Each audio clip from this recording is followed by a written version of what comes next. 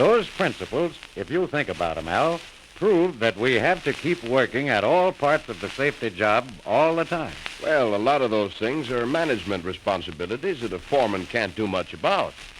Well, I've heard that before, too. But my experience has been that often management lets things go by default just because foremen aren't interested. Besides, foremen are part of the management group and can do a lot to determine the things a company does about safety. Why, I'll bet if your foremen all want a complete safety program and will show a lot of interest in it, you can get the big boss to do pretty much what you recommend. In our case, the management was definitely determined to lick the problem. Mr. Smith himself came to a meeting of foremen and supervisors and sounded the keynote. Let us never forget that safety is an important part of the production program. We've got to take the lead. But if we are to succeed, all the men and women in the plant must become really interested. Did you put the guards back? Sure, Al. The guards are necessary. So are the rules and the right kind of supervision and salesmanship. Our safety rules and instructions were revised by a committee to make sure they were correct. Then each foreman presented them to his men individually. Bill, this is a new set of safety rules, or rather safe practices, that we have all agreed to follow. It was drawn up by a committee of men and foremen, and we all feel that its use is going to be helpful in preventing accidents. I want you to take it home and read it over carefully. I'm going to expect you and all the other boys to remember and follow the practices outlined here. Now, if there's anything in it that you don't understand or that you want to talk to me about, come back and see me tomorrow. You know, Al, new men, and these days many women workers too, are taking over jobs for which they have had little or no experience. We make sure that every new employee gets full instruction in the safe way to do his job. It's when a man first goes to work that the foreman has the best chance he will ever have to win his interest and cooperation. Here is an example of the wrong way to do it. Okay, Bill, your job's right here. I guess you've run millers like this before. The only thing is we're trying to keep a good safety record so don't get hurt. How do you handle the new employees, John? Well, we make it a point to spend quite a bit of time with every new man in the department. I talk to him about a lot of other things besides safety, but you can be sure I let him know that this is a department where we expect men to work without getting hurt. I always make it a point to introduce him to the chairman of my department safety committee. Chuck, this is Fred Gillis, who's going to be working on the trucking job. This is Chuck Abbott, Fred. He's chairman of our department safety committee. Chuck, I wish you'd see that Fred gets all the dope on our safety work. See that he meets the other boys on the committee and that he gets all the facts. Well, that sounds okay, John. What else? Well, we have continued posters and bulletin boards. They're the advertising. Safety, like good shaving cream or radios or any other product, needs hard-punching publicity. The poster display, like any successful advertising, must be kept clean and fresh and be changed frequently.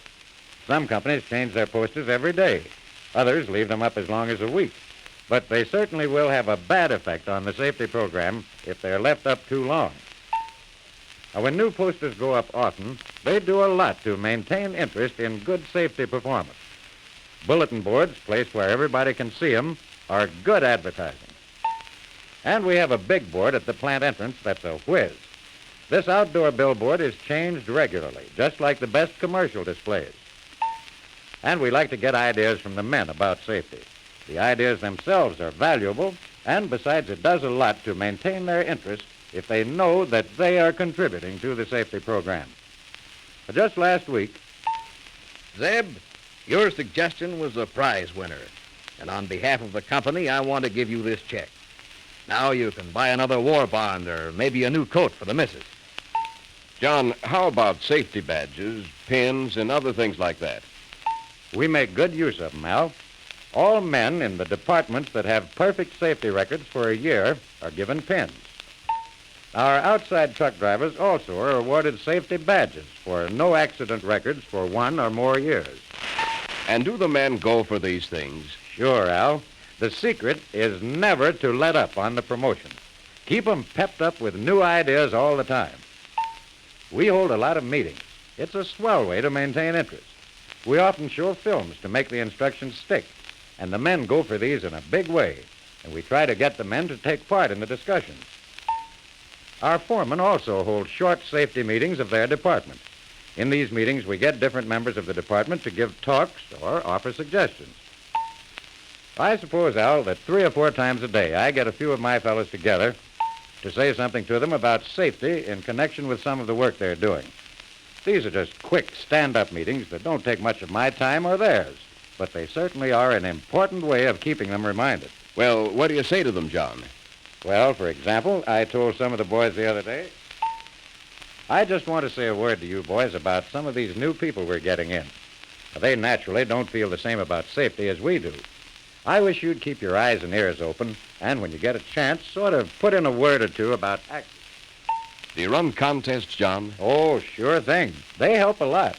Our contests are based on man-hours and planned so that each department, big or little, has an equal chance to win. Some departments in a plant are more hazardous than others.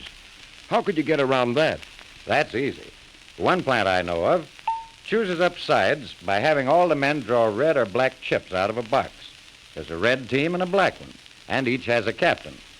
The losing team has to wait tables while the winning team eats a turkey dinner. Pretty tough on the loser.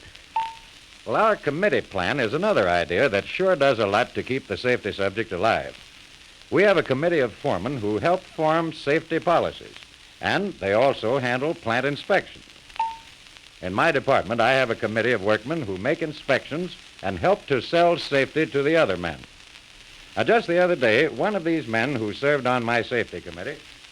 Hey, Red, you'll bust a leg that way. Yeah? Get behind and push. You can handle it better that way, and it won't run over you. We got a good record for safety in this department. Wouldn't want to spoil it, would you? Safety instruction isn't all given in the plant, either. We send safety information home. How do you do that? We do it with payroll enclosures because the kids like to see them, and we get the whole family interested. Another way is with the Safe Worker magazine, which we get from the National Safety Council. It has a lot of cartoons the family likes, and, of course, some good dope on safety. Then our own plant publication carries a lot of information on safety. Yeah, show pictures of the men, I suppose. You bet it does, and sometimes of whole departments. Now, in selling safety, as in selling anything else, you have to keep your program varied. When one of these things doesn't click, it's likely to do more harm than good. Therefore, I watch the reaction of the men all the time. And when one method doesn't work, I try another. I think you'll agree that John Payne had the answer. The foreman's job is to take the safety out of posters and records and bulletin boards and put it between the ears of his workers. As one foreman remarked, I make it a practice to explain safety as often as I can think up new ways of doing it. As foreman, you should keep alive your own interest in safety and be sure your men are interested too. Only when they really want safety can your safety program be successful. Safety principles and interests pay dividends to you and to your company. Safety is primarily your responsibility. It is even more than that. It is your opportunity to serve your country and help to whip its enemies.